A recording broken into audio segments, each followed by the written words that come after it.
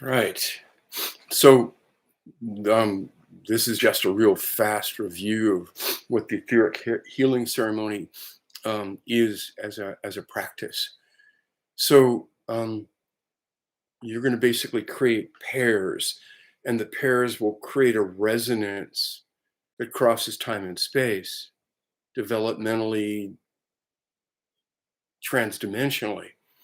So, um, and it really is to create a bridge from the vertical axis um, along, which is most of the chakra shapes of the etheric body, to the fifth, which is the etheric body, truly the etheric chakra, anchoring the vertical axis into the horizontal plane. So the elements of this, the seven cervical vertebrae, the seven chakras, the seven colors of the visible spectrum, the seven um, shapes, like I'd mentioned, of the etheric body, and the seven layers of the tissue. And I'll just talk through really quickly. As you hold each pair, there will be like a resonant wobble as all of these elements come to play, and then finally a breath, full breath in, full breath out. Then you move on. So the first pair is C1 and first chakra.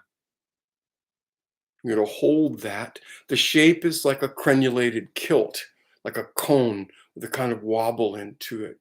And it's red. It resonates with the bone marrow. And as that treats, all of those relationships are treated. C1, first chakra. C2, second chakra, orange. And the parenchyma of the bone, the crystalline calcium polyphosphate matrix that is bone. C3, third chakra, all that involves, right? Yellow periosteum into membranes. Mm? Um, Also a cone arranged around the vertical axis. C4 starts to get interesting because we have the embryonic folding coming in, and it's a cone below from C4 to the bottom of the fourth chakra or to the middle of the fourth chakra. But there's also a cone in point to point from C4 up into the tip of the notochord, the end of the rabbit hole. So you end up with an hourglass, and it's green, and it relates to the myofascial unit. C5 is where we switch from a vertical orientation to a horizontal. So C5, fifth chakra, and the shapes are again end to end. It's like a bow tie, two cones whose points intersect in the middle of the fifth chakra, in the middle of the fifth embryological segment. And it's the nervous system. And it's this incredible, that electric sort of peacock blue. C sixth chakra flips. Everything above C4 goes up. Everything below C4 goes down. And that is a violet to lavender cone inverted, and C6 on the one hand, and the sixth chakra, which is the pineal gland in there. C7, and that's the skin. C7 to the seventh chakra is white, and it is the pores of the skin. Also, again, these are sort of nesting shapes.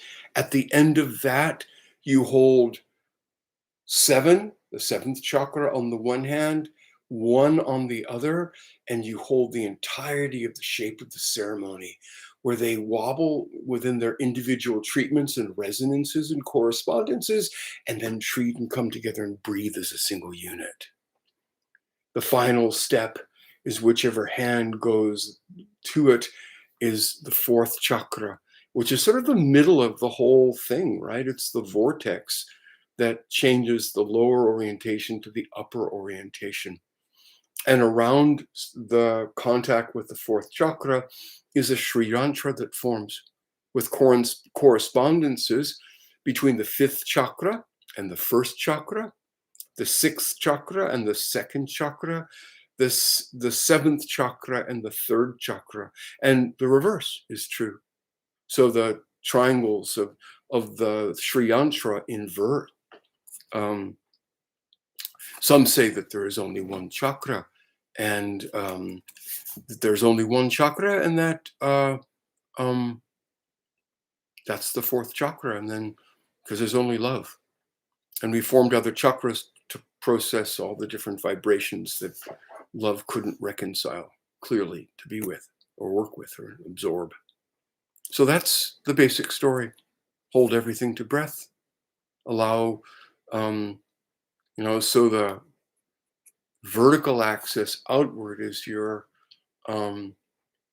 balance to the cosmos, out to midline and taproots, from C5 inward, and the shapes of the correspondences of each of those shapes and chakras and colors is into the tissues. I think it might be a good practice to do.